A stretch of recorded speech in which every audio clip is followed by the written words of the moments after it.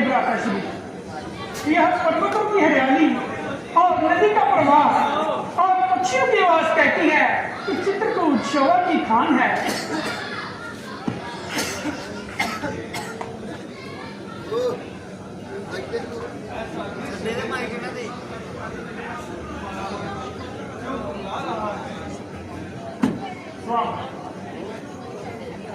आज मैंने विचित्र स्वप्न देखा। मैंने देखा कि वक्त सबके साथ आए थे, सबके मुख मलिन और बहुत दुख लग रहे थे।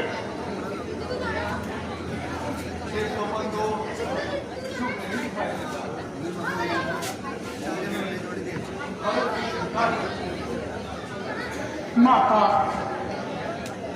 मैं उस जंगल से फल लेकर आता हूँ।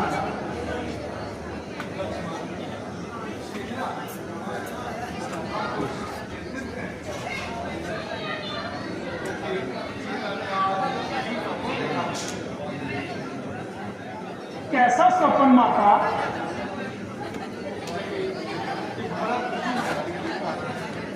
उसे काहे का दुख?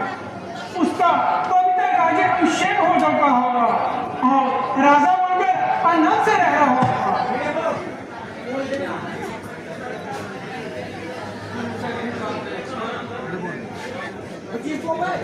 मैं मुझसे कितना अधिक संदेह करता है कि उस बगले में राज्य अभिषेक ने रो रो कर करवाया होगा।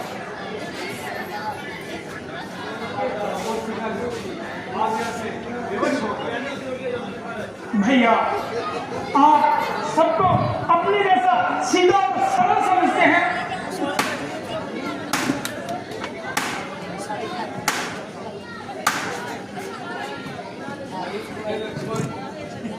बचपन से ही भारत से लड़ाई करता आ रहा है।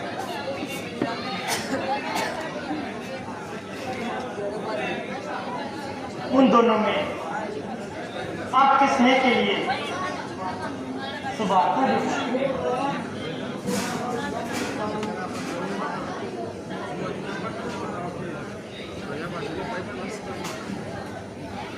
भैया भैया भैया, सूर्यवंशी का नाम भोज में नहलाया और पर अनगिनत सवारी हुए इधर को आ रहा है। इन बातों को छोड़िए भैया, शस्त्र उठाने का समय आ गया। अच्छा हुआ कि मैं खुद से कर आ गया।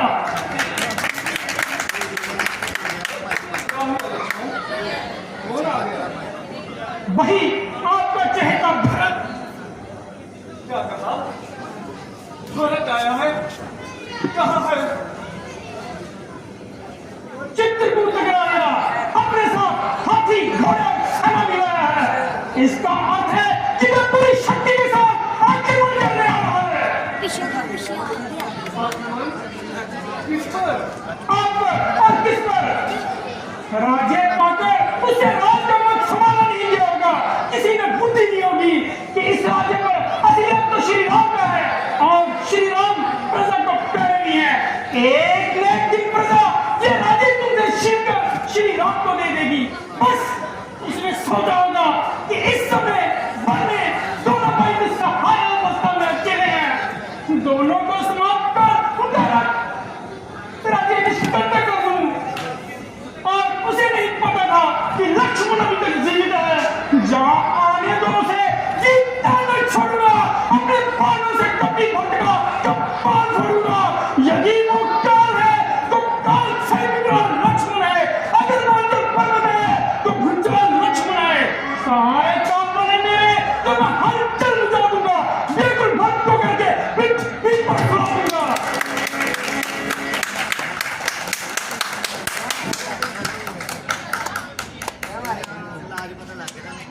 क्या नरगर बातें कर रहे हो?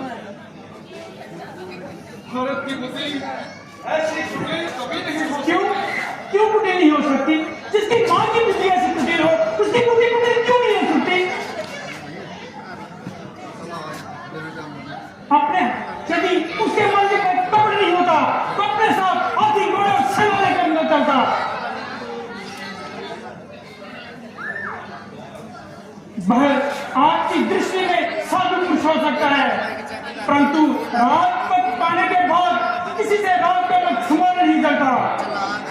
और मानव तक क्या, इंद्र जैसे देवता भी राजमत के नशे में चूर होकर उचित और अनुचित भूल देते हैं।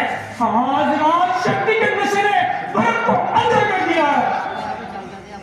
मैं आपको निस्सहाय और अकेला समझकर आपकी हत्या करने आ रहा है। नहीं लक्ष्मण नहीं, आपको मेरी सौगंध है भैया, आज मुझे मत रोकिएगा।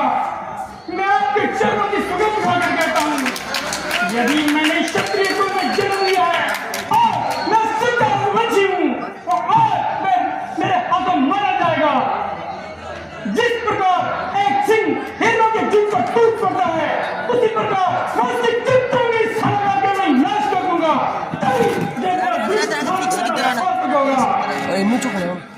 पृथ्वी हो चाहे खंड खंड, विंध्याचल तिल तिल हो जाए, तूफान समुद्र से होकर आकाश से जाए टकराए, शंकर मेरी सहायता कर दो। शंकरी साक्षी है, मैं उसे कभी ना छोड़ूंगा जो भाई राम का वैरी है।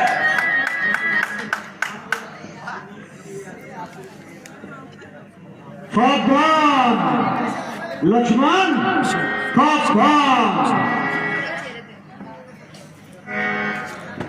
ताप प्रताप प्रभाव तुम्हारा, संतहीन जान निसारा। तुमने भरत को मारने की जो प्रतिज्ञा की है,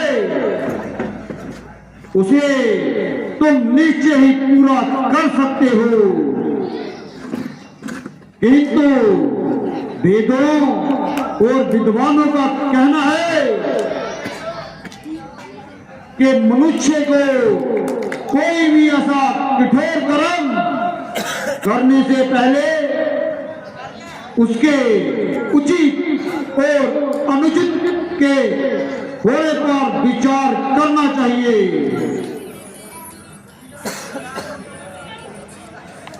बिना सोचे समझे आक्रमण नहीं कर देना चाहिए, जिसे पीछे से पछताना पड़े।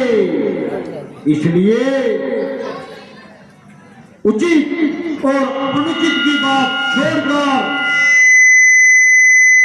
और इसका परिणाम क्या हो सकता है, इसका विचार करके ही युद्ध के लिए धनुष उठाएं, क्योंकि युद्ध में सर्वदा हानि अधिक होती है और लाभ हमेशा कम ही होता है।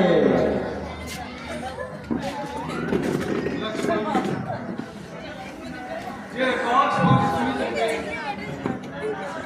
जो उचित और अनुचित का भली भांति विचार किए बिना किसी भी कार्य को जल्दी में करते हैं, वो पीछे पछताते हैं। मुझे तुम्हारी वीरता और संदेह नहीं। मैं यार कुछ चीज तक बोलेगा लोग प्रवेश में आकर हर को वश में मान सकते हो, परंतु जब तुम्हें पता चलेगा कि तुम्हारा संदेह मिथ्या था, तो क्या तुम उसे जीवित भी कर दोगे? परंतु भैया, जो आंखों से दिख रहा है उसे आप संदेह कह रहे हैं। सत्य नहीं होगा। राजपद का प्रमाण साधारण मानव को हो सकता है, इंद्र जैसे देवता को भी हो सकता है, परंतु रहने दो ना, वो शांति से घुमा सीमा है। जिस प्रकार खटाई के मुंह से का दूध नहीं फटकता, उसी प्रकार अयोध्या में क्या त्रिलोकी का राज भी यदि भारत को दे दिया जाए तो उसे राज नहीं हो सकता।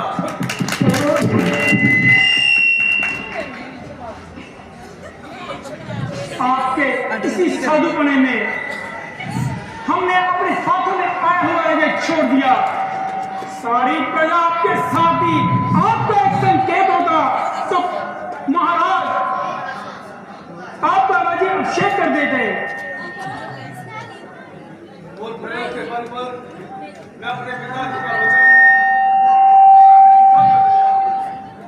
लक्ष्मण, पिता और पुत्र का नाता प्रजा के मुताबिक से निर्धारित नहीं किया जाता। उसी प्रकार भाई और भाई के बीच का फैसला तलवार में नहीं किया जाता। भरत को मारकर इस राज्य की अभिलाषा कर रहे हो, जरा सोचो उसका परिणाम क्या होगा। यदि अपने ही भाई न रहे तो राज्य के सुख भोग से क्या न मिलेगा। मेरे लिए विष के समान है। जानवर को लक्ष्मण जो अपने भाइयों से कपट करता है उसे स्वर्ग में तो क्या नर्क में भी जगह नहीं मिलती। और यदि तुम्हें राज्य के लालसा है तो मैं तुम्हारी शपथ खाकर कहता हूं, मेरे एक संकेत मात्र से भरत वो राज्य तुम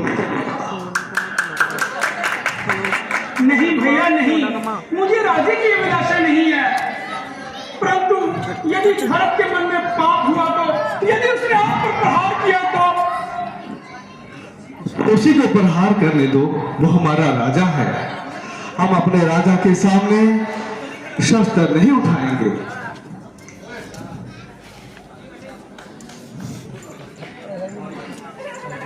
क्षमा क्षमा करना प्रभु, क्षमा क्षमा करना भैया, क्षमा। मैं आपकी शरण में आया हूँ, भरत की शरण में आया हूँ। मेरे भाई गले लग जाओ।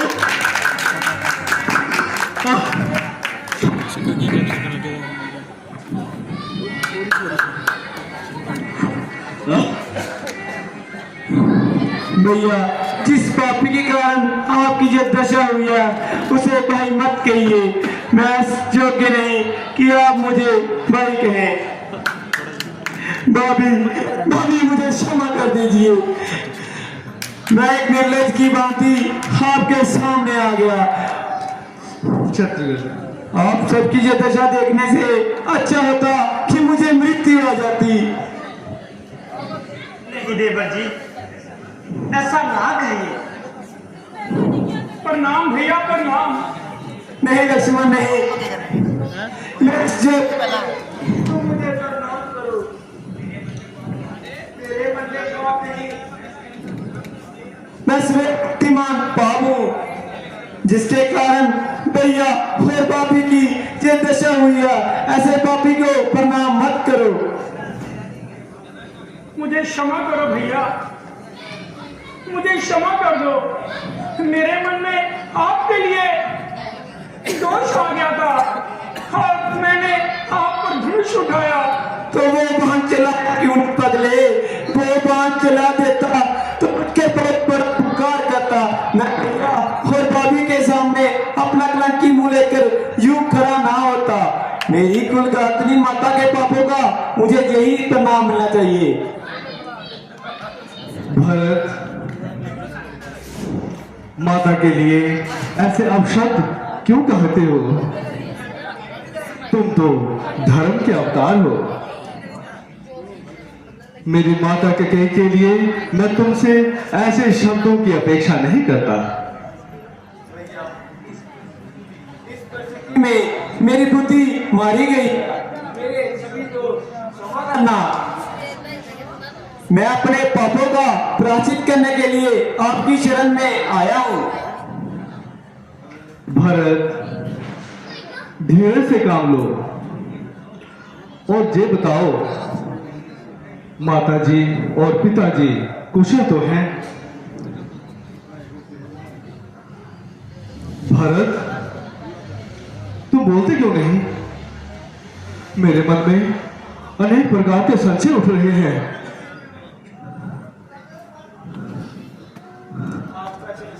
ठीक है पिताजी, अब इस दुनिया में नहीं रहे। उन्होंने हमें क्या कहा? पिताजी,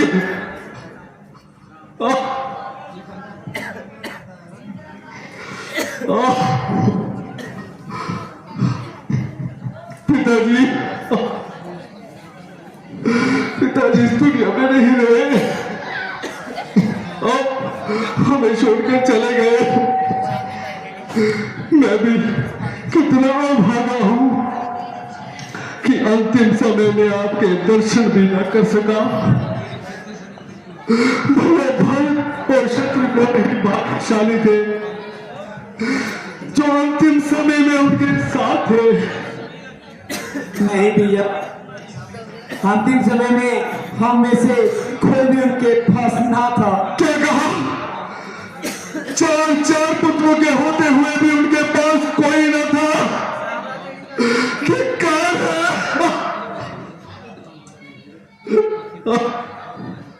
भैया,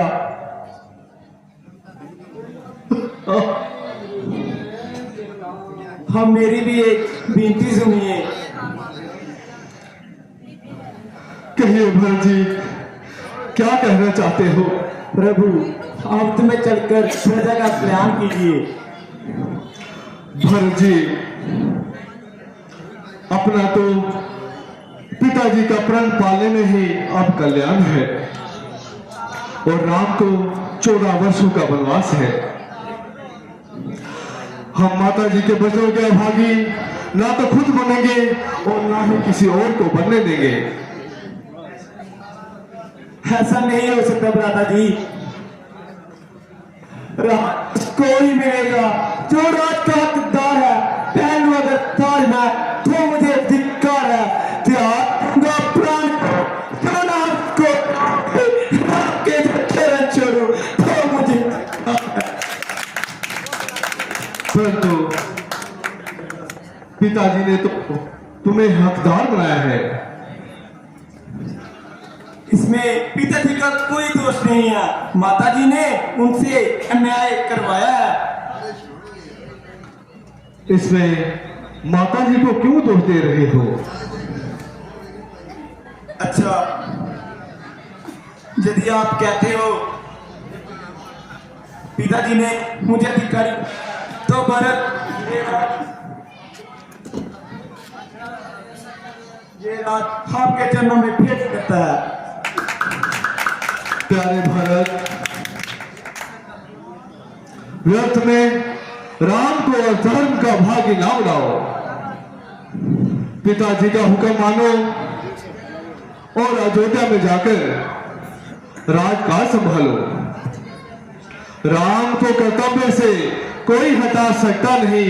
राज त्रिलोकी का भी मुझको लुभा सकता नहीं।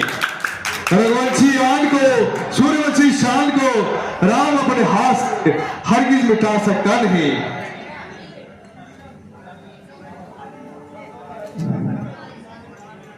परंतु क्षत्रिय राजा का धर्म तो प्रजा का कल्याण करना है। भरत, मैं सिपाही होते हुए भी क्षत्रिय धर्म का पुजारी। सत्य ही कर्तव्य अपना, सत्य ही उपदेश है, सत्य ही अंतःकरण, सत्य ही आदेश है। सत्य पर मिट जाएंगे, झूठ मुंह पर आएगा भी से जाएंगे। प्यारे भरत, अब अयोध्या में जाओ और राजकाज में अपना मन लगाओ। याद रखो, मोर ध्वज ने सत्य पर बलिदान बेटे का किया। सत्य पर हरिश्चंद्र ने परिवार को भी तय दिया। सत्य पर राजा शिवी ने प्राण का सौदा किया। सत्य के कारण हमें वनवास में आना था। सत्य का पालन करें हम, यही सच्चा कर्म है। याद सबसे ऊपर सबसे ऊंचा धर्म है। अच्छा भ्राता जी, यदि आपकी यही आज्ञा है तो भरत फिर लाचार है। मगर इतनी कृपा कीजिए, मुझे अपने चरण पादुका ही प्रदान कीजिए। राम नहीं तो राम की चरण पादुका ही मंजूर है। राम की हो आज्ञा तो भरत फिर मजबूर है।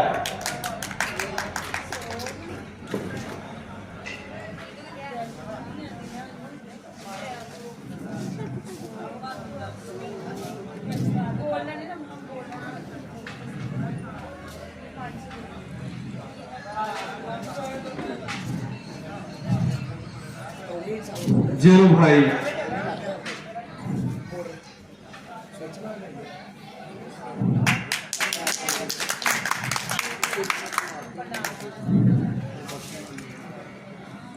राम के अनुराग में अब बरस सन्यासी बना, बास नगरी में करूंगा किंतु वनवासी बना। अच्छा प्रभु, अब आगे दीजिए, किंतु याद रखिए यदि आप 14 वर्षों से एक दिन भी ज्यादा लगाएंगे तो व्रत को जीवित ना पाएंगे। इसकी आप चिंता ना करें। मैं 14 वर्षों से एक भी दिन ऊपर ना लगाऊंगा। वह दिन कितना भाग्यशाली होगा जिस दिन मैं अपने अयोध्या वासियों के दर्शन पाऊंगा।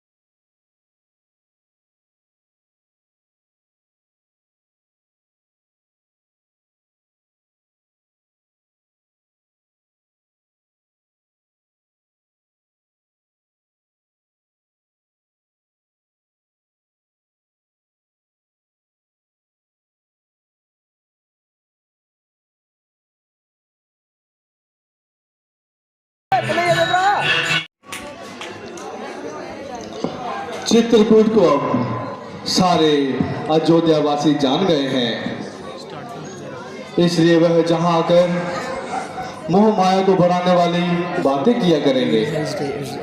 इसलिए अब यही उचित है कि हम आगे को बढ़ें और अन्य स्थानों की यात्रा करें। सत्य है प्रभु, वैसे भी यह स्थान अयोध्या के बहुत ही निकट है। चलिए प्रभु।